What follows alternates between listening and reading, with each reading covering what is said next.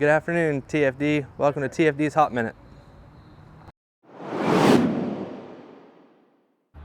Hey guys, my name is Aaron Hindle. Today we're going to talk about a basic 4-point stabilization.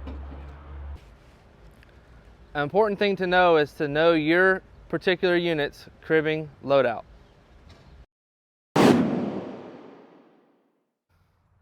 From here, we want to consider the vehicle placement when we find them and how we want to approach our stabilization.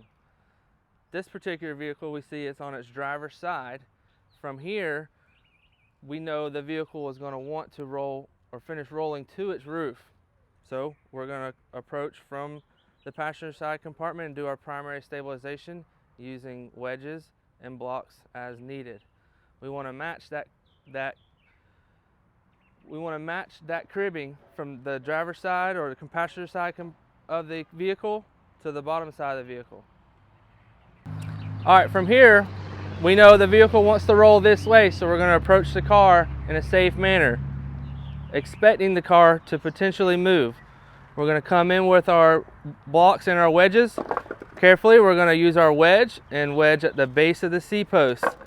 In this, we're going to keep in mind that we want to be careful to not block any kind of patient access later on after the extrication is started.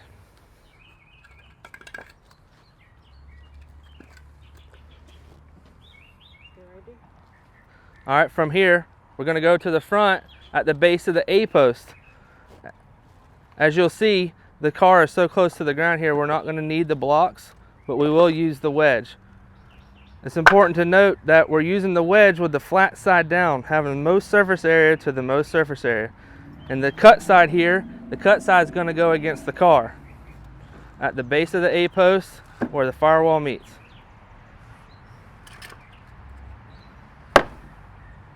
All right, from here we're going to stabilize the undercarriage side of the vehicle. The goal here is to mirror the passenger side compartment with the undercarriage compartment.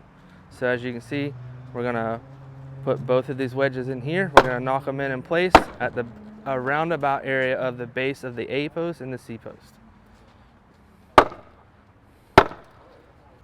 So now, as you can see, we've completed our primary stabilization of 4-point stabilization on a vehicle on its driver's side. From here, we're going to talk about stabilizing a vehicle that's on all 4 wheels and tires. In this particular situation, we're going to approach the vehicle and stabilize both the driver's side and the passenger side. Again, we're going to mirror our stabilization from this side to that side. Some situations limit access to stabilize driver's side to passenger, so you might have to stabilize just the front, just the rear. We're still going to do a 4-point stabilization.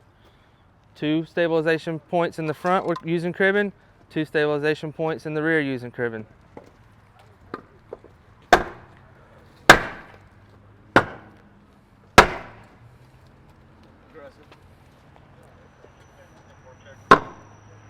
All right, as you can see, we're stabilizing the passenger side of this vehicle now.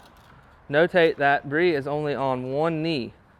We want to be in this position just in case of any kind of hazard or any kind of exit plan needs to be used.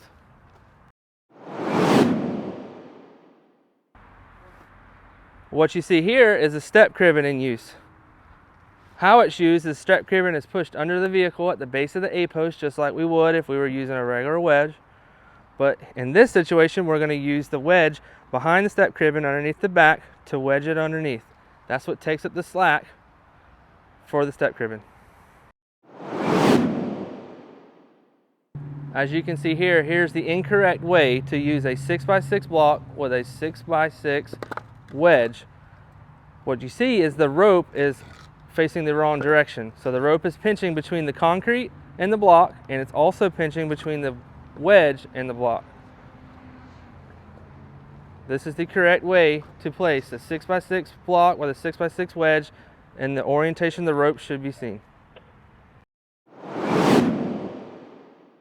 As you can see here, this is the correct way to crib a vehicle on all 4 fully inflated wheels and tires. And as you'll see here, here's an example of what we do not want to do. Both of these wedges here on each side of the wheel work as a ramp. It does not stabilize the vehicle from moving. Thank you for tuning in to TFD's Hot Minute on